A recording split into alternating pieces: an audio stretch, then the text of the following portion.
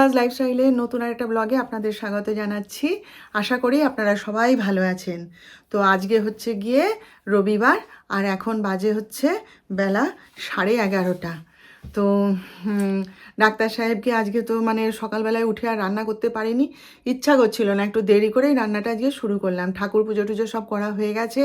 গোপালকে আজকে চানও করিয়ে দিয়েছি, একটু দেরি হয়েছিল বলে ওকে চান করিয়েই দিয়েছি একবারে। দিয়ে তারপরে যিশু তো সকালবেলায় বেরিয়ে গেছিলো ভোরবেলা উঠে, আর আজকে রান্নাটা একটুখানি দেরি করে ধীরে সুস্থে বসালাম। জলখাবার টাবার খেয়ে তারপর জানেন তো ইচ্ছেই করছিল না। তো সেই কালকে যে পরোটা বানিয়েছিলাম রাত্রেবেলায়, পরোটা আর ডিমের ঝোল করেছিল যিশু, তো সেই পরোটা আবার ছিল। তো ডাক্তার সাহেবকে সেই পরোটা মিষ্টি, তারপরে কালকে সেই কেক ছিল, অর্ধেকটা উপরে দিয়েছিলাম আর অর্ধেকটা আমি নিয়ে এসেছিলাম। সবাইকে দিতে থুতে হবে, তো অনেকজন আছে আমার যাদেরকে একটু দিলে ভালো হয়, তো সেই সবকে দিলাম। দিয়ে একটু যিশুর জন্যে আর ওর বাবার জন্যে রেখে দিয়েছিলাম। তো সেই কেক খেয়ে গেছে। আমি বলি পেট ভর্তি আছে, মনে মনে ভাবছি পেট ভর্তি আছে, এবারে যাও। তারপরে আসবে তো সেই, যতই আমি তাড়াতাড়ি রান্না করি আর যাই করি, আসবে তো সেই 4:30 5টার সময়, বুঝলেন তো। সেই জন্যে ভালো করে পেট ভরে খাইয়ে দাইয়ে পাঠিয়ে দিয়েছি। দিয়ে এই রান্নাবান্না করছি। বাঁধাকপিটা প্রেসারে সিদ্ধ করতে বসিয়ে দিয়ে এসেছি, এবার যাব গিয়ে জলটা মারবো আর কি, হয়ে যাবে বাকি। আজকে আর মাছ টাছ কিছু নেই, আজকে তো রবিবার, মাসি বসে না। আমি আমার কাজের মাসিকে বলে দিয়েছি কালকে আসার সময় ও খবর দিয়ে আসবে, মাছ পাঠিয়ে দেবে। এই হচ্ছে ব্যাপার। আর আমি যেমন রুটি খাই, রুটি চা তেমনি খেয়েছি, আর অন্য কোনো খাবার খাইও নি, ইচ্ছেও করে না। আর যিশু তো এসছিল, এক্ষুনি এলো, আসতে বাড়িতে ঢুকতে পারিনি, বেচারি জামা কাপড় ছাড়ছে, আবার বোধহয় কল এলো, আবার সঙ্গে সঙ্গে বেরিয়ে গেল, গালাগালি করতে করতে চলে গেল। বললো আমি আসছি মা, দাঁড়াও, এসে খাবো।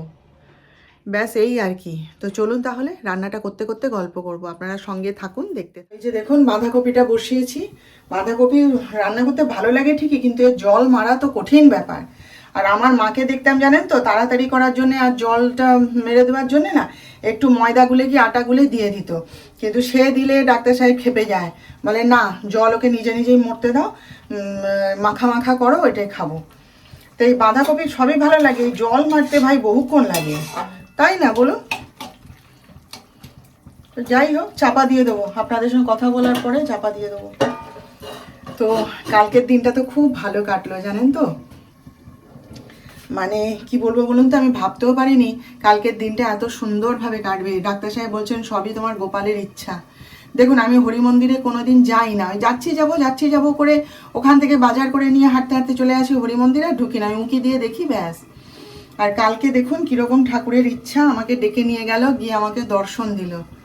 আমার না মানে কি বলবো আপনাদেরকে বোঝাতে পারবো না, এত ভালো লাগছে। কালকে সকাল থেকে মনটা একটু খারাপ ছিলই, নানা মানসিক কারণে, নানা কারণে আর কি মনটা একটু খারাপ ছিলই। অনেক কথাই আপনাদের কাছে বলেছিলাম, স্বীকার করেছিলাম। তারপরে যত আস্তে আস্তে সময়টা বয়ে গেল, দেখলাম সব কিছু যেমন বদলে গেল। খালি মনে হলো এই তো, এরাই তো আমার কাছের মানুষ, এই তো রয়েছে। সবাই মিলে কেউ আমার কোনো কথাই শুনলো না, টেনে ঘর থেকে বের করে নিয়ে গিয়ে একদম কেক কাটা, হই চই, গিফট দেওয়া। গিফটটা বড় কথা না, দিয়েছে আনন্দ করে হুল্লোড় করে সবাই ভালোবেসে, এটাই বড় কথা, তাই না বলুন। কি গিফট দিল কি দিল এসব আমার কাছে বড় কথা নয়। আমাকে যে ডেকে সবাই হই হুল্লোড় করলো, আনন্দ করলো, ওই ক্ষণিকের হাসি মজা, ওটাই যথেষ্ট, আর কি চাই। তো কালকের দিনটা না, আমি তাই ডাক্তার সাহেবের সঙ্গে আলোচনা করছিলাম আজকে সকালবেলায়, জানেন বলছে সবই তোমার গোপালের ইচ্ছা, তুমি গোপালকে সেবা করো তো মন প্রাণ দিয়ে, তিনি তোমার কথা শুনেছেন, দেখো কেমন একটা সুন্দর দিন তোমাকে উপহার দিলেন। আমি তাই তাই বটে। কালকে তো মন্দিরে গিয়ে এত ভালো লেগেছে, আসতেই ইচ্ছে করছিল না জানেন তো। আবার ওখানে গেছি তো, ওখানেও আমার এক বান্ধবী আর তার হাজব্যান্ডের সঙ্গে দেখা, তারা ঢুকছে মন্দিরে আর আমি বেরোচ্ছি, দেখলেন তো। আমি বললাম না যেখানেই যাব দেখা ঠিক হয়ে যাবে। দিয়ে তারপরে আজকে তো আবার ওখানে তো বিরাট কীর্তনের আসর নাকি বসবে, বহু কীর্তনীয় আসে। তারপরে খাওয়া দাওয়া শব্দ ছুটছে, আমাদের পাড়া থেকে সব ছুটছে, আমার কাজের দিদিরা সব ছুটেছে খেতে।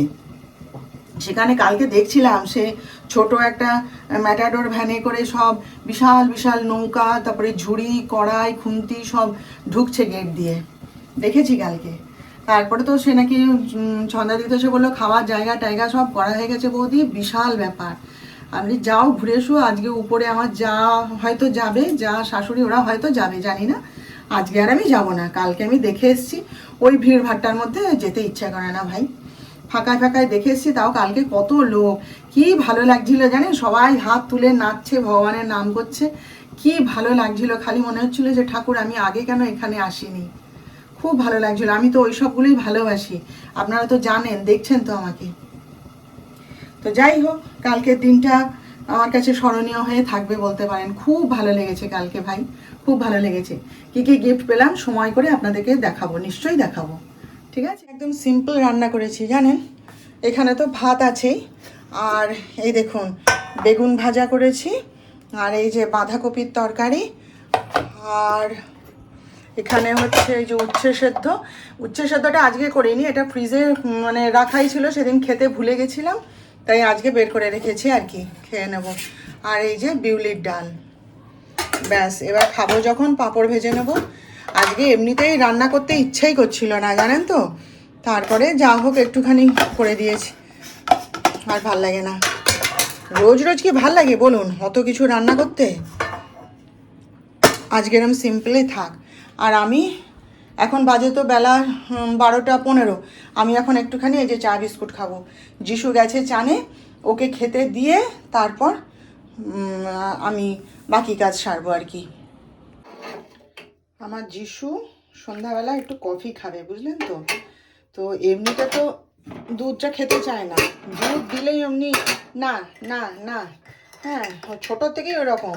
আগে আগে দুধের সঙ্গে সেই মাইলো পাওয়া যেত না, সেই মাইলো মিশিয়ে দিতাম, হরলিক্স মিশিয়ে দিতাম।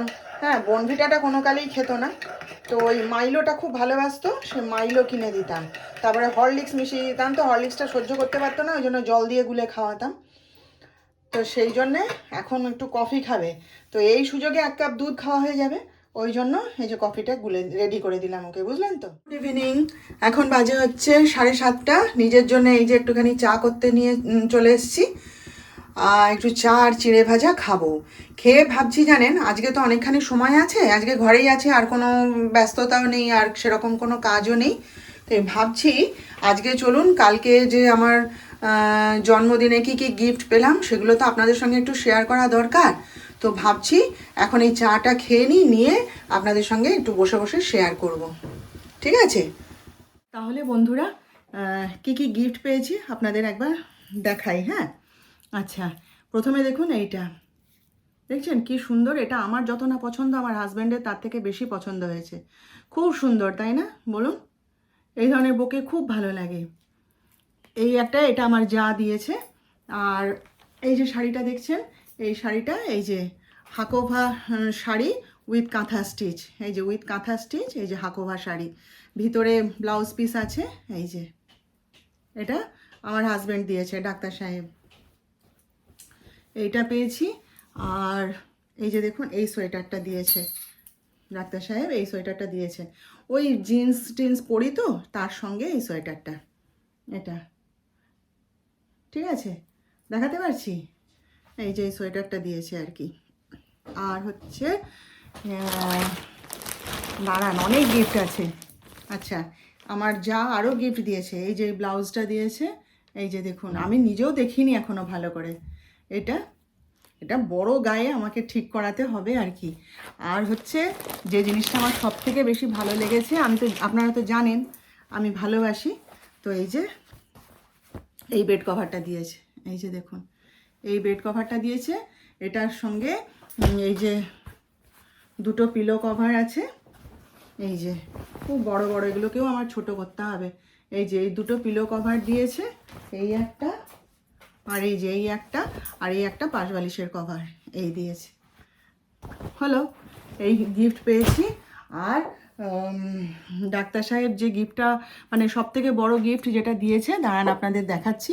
ওই যে দেখুন, ওই যে আমার মিক্সার গ্রাইন্ডার, ওইটা কালকে নিয়ে এসেছিলাম, তো এখন আপনাদেরকে ওটা দেখাচ্ছি না। আমার ইচ্ছা আছে কি জানেন, কালকে একটা ব্লগ ভিডিও করে ওইটা ভালোভাবে আপনাদের সঙ্গে শেয়ার করব, আপনাদেরকে দেখাবো। জিনিসটা কিনে এনেছি, ঝপ করে একটা ব্লগের মধ্যেই সব কিছু দেখালে তো হয় না, তো আমি নিজেই এখন ওটা ওপেন করিনি। আমার ইচ্ছা আছে যে ওইটা কালকে ভালোভাবে আমি নিজেও খুলে দেখব আর আপনাদের সঙ্গে শেয়ার করব।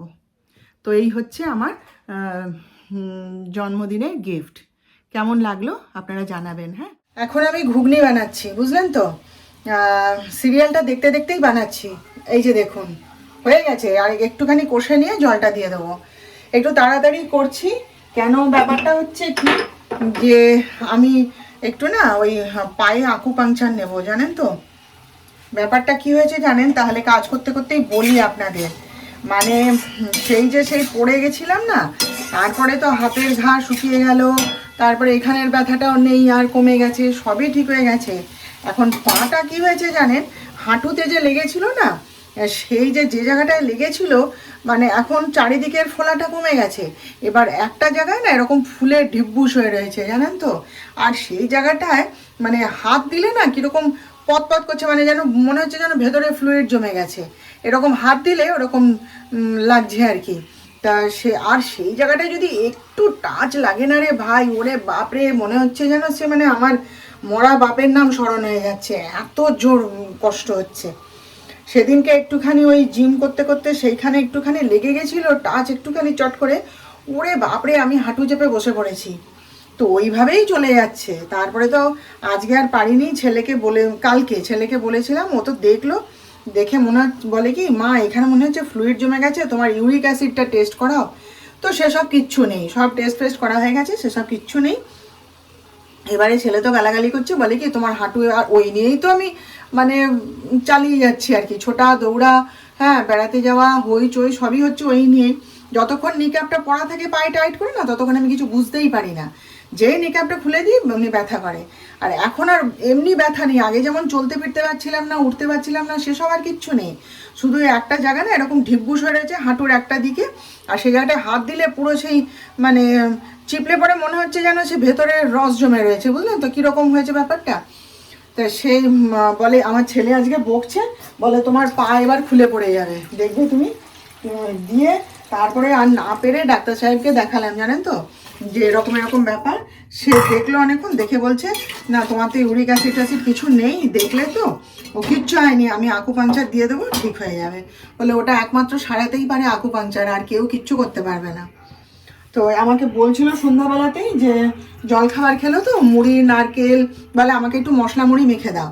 তো ওই মুড়ি, চানাচুর, পেঁয়াজ, নারকেল সব দিয়ে মাখিয়ে দিলাম, আর 1 কাপ দুধ, সেই খেয়েছে। খেয়ে বলে চলে এসো, এখনই আকুপাংচারটা দিয়ে দিই। এখন আকুপাংচার নিলে না অনেকক্ষণ সময় লাগবে, তারপরে আবার মানে ছুটে দৌড়ে কাজ করা যাবে না, একটু পাটাকে রেস্ট দিতে হবে। সেই জন্যে আমি বললাম যে ঠিক আছে, আমি চট করে রান্নাটা করেই নিই। তাই আজকে রুটি আর ঘুগনি করব আর কি। তো সিরিয়ালটা চলছে, ঘুরতে ঘুরতে কাজ করতে করতে সিরিয়ালটা দেখছি আর কি। চটপট কাজটা সেরে নিয়ে একটুখানি আকুপাংচার নেবো, জানেন, হাঁটুটাকে সারাতে হবে, নইলে না হবে না। আর সত্যি কথা, ওটা আকুপাংচার নিলেই কমবে, না হলে হবে না। তো চলুন রান্নাবান্নাটা সেরে নিই। হ্যাঁ বন্ধুরা, আমাদের খাওয়া দাওয়া তো সব কমপ্লিট হয়ে গেছে। আমি আর যিশু খেয়ে নিয়েছি, ডাক্তার সাহেব এখন খাবে না। তো আমি একটু উপমা করে ঘুগনি দিয়ে খেয়ে নিয়েছি, আর যিশুকে খেতে দিয়ে দিয়েছি, রুটি ঘুগনি মিষ্টি সবই খেয়েছে। আর ডাক্তার সাহেব বলছেন ওই যে সন্ধ্যাবেলায় মুড়ি সেই খেলো না, মুড়ি নারকেল দুধ এ সমস্ত খেলো, ওই জন্য পেট ভার আছে এখন। তো বলছে আমার খাবারটা চাপা দিয়ে রেখে দাও, পরে খাবো।